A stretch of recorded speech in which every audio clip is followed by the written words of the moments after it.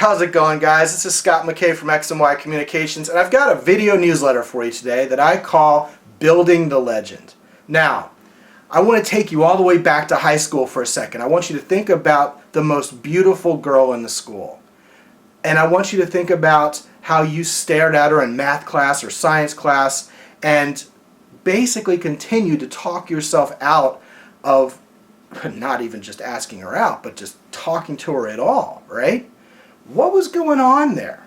Well, I remember in my high school, the girl who got homecoming queen senior year, we all voted for her, but not one of us actually went out with her. None of us asked her out. She was unapproachable in all of our minds. As a matter of fact, all through high school, I don't remember ever seeing her with a guy in any romantic way, shape, or form.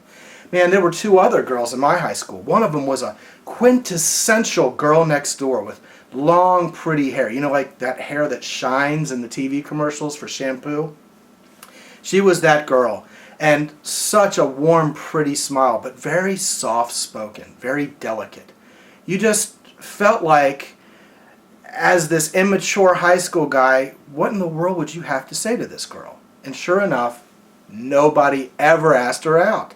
There was yet another girl. Man, she seemed like a 30-year-old woman in the best possible way. She seemed so mature. She carried herself with almost a regal presence like Audrey Hepburn did in the movie Roman Holiday, where she was kind of an undercover princess.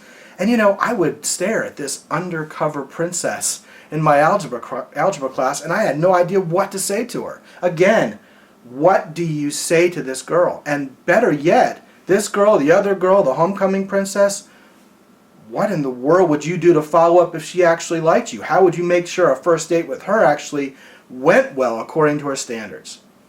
Well, here's something interesting, okay?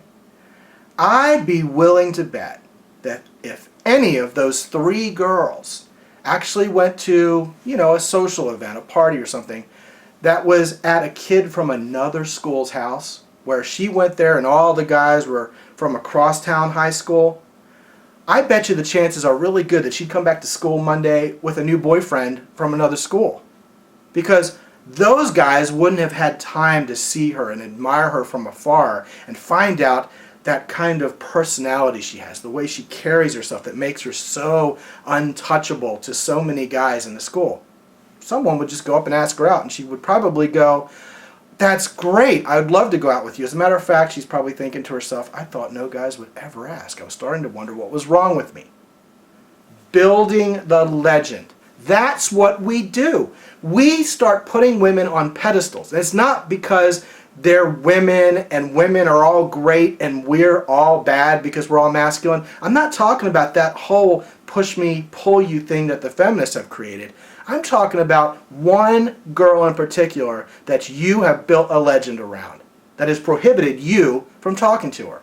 Think about the truth behind the fact that she might really be dateless. How profound is that? The more unapproachable a woman seems to you, the more unapproachable she seems to just about every guy out there. You may have zero competition.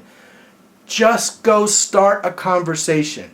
As you get to know her, as you talk to her, something interesting might happen. You might find out she's really human instead of this goddess. And you may be the one guy who breaks through that and starts seeing this real woman. Now, hopefully that won't burst your bubble. Hopefully that'll help you enjoy her company and her presence even more. Because she won't be Miss Perfect. She'll be a woman, and you know what? You'll probably still be attracted to her. Until I talk to you next time, this is Scott McKay from X and Y Communications. Be good out there.